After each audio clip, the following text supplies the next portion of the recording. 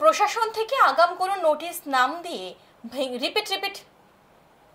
প্রশাসন থেকে আগাম কোনো নোটিশ না দিয়ে ভেঙে গুড়িয়ে দেওয়া হলো 3টি পরিবারের বসতঘর। ঘটনা ঊনকোটি জেলা শাসকের কার্যালয়ের পাশে। বর্তমানে গৃহহীন এই 3 পরিবারের সকল সদস্যরা খোলা আকাশের নিচে দিন যাপন করছে।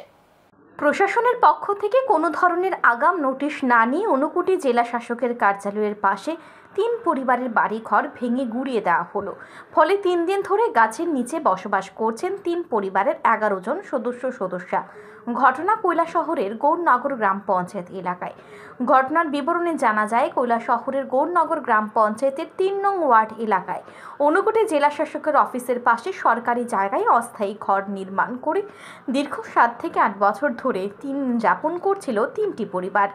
3 পরিবারের পুরুষরা দিন মজুরির কাজ করেন এবং মহিলারা অন্যের বাড়িতে কাজ করে সংসার প্রতিপালন করেন। তারা নিজেরাও জানতেন সরকারি জায়গায় সারা জীবন থাকতে পারবেন না, যে কোনো দিন ওনাদেরকে উচ্ছেদ করে দেওয়া হবে।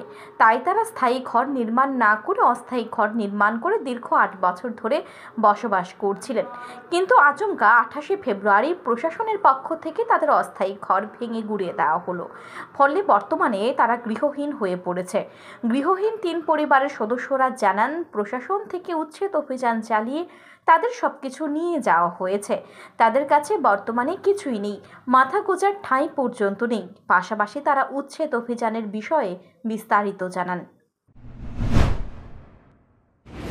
আধা ঘন্টা টাইম দেন, নাহলে 1 ঘন্টা টাইম দেন, আমরা এটা সরাইলিম। তারপরে তারা মানে না, কয় না আমরা এটা ব্যাংক চুর করিয়া সরাইম, তোমরা সরাইতে নাই কইয়া, মানে জোর জবস্তি করিয়া তারা লাত্তি বিত্তি মারিয়া বাঙ্গিয়া এরপরে সবজি খাটিয়া আমরা সব কিছু সবজি পর্যন্ত লইয়া গেছে, পেঁপেও লইয়া গেছে, এরপরে মিষ্টিলাও আসিল, দৈন্য ফাতা উতা সব মরচের গাছ একবারে মানে কাটিয়া খুটিয়া লইয়া তারা গেছে।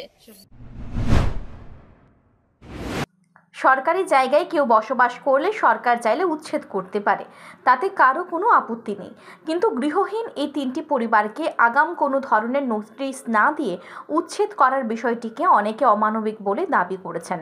পাশাপাশি বিভিন্ন মহল থেকে দাবি উঠছে, গৃহহীন এই 3টি পরিবারকে অন্তত পক্ষে মাথা গোঁজার ঠাঁই করে দিক প্রশাসন।